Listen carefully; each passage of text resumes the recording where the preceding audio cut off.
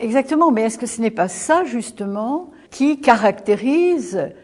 la tradition dite primordiale, c'est-à-dire ce refus de dissocier les différents champs que la science, justement, pour des raisons d'ailleurs qui s'expliquent,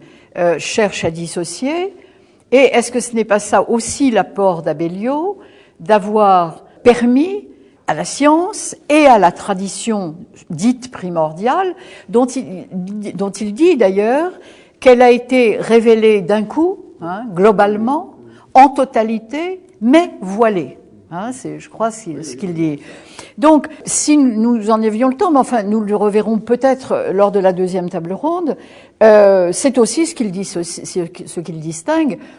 d'autres ésotéristes, comme Guénon, par exemple, dans la mesure, et ça, c'est un point aussi qu'il faudrait rappeler, c'est que, contrairement à d'autres ésotéristes comme Guénon, comme Schuon, comme Evola, n'est-ce pas, Abellio s'est toujours refusé à condamner la modernité, partant du principe qu'il emprunte d'ailleurs, enfin qu'il le rattache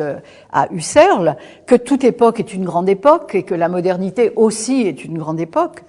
Donc, de ce point de vue-là, il a aussi une position très particulière par rapport à cette tradition primordiale à laquelle néanmoins il se rattache, dans laquelle il puise l'essentiel, en fait, d'un savoir qui n'est pas justement, alors là j'en viens à cette question que nous ne pouvons pas éluder, à savoir la différence la différence pour Abellio, entre science et connaissance. Entre science et connaissance, je crois que c'est une distinction importante, puisqu'il dit même qu'il faut extirper du fond de soi-même la superstition de la science. Alors, c'est quand même très paradoxal pour un scientifique que d'extirper, mais j'entends bien ce qu'il dit, la superstition de la science.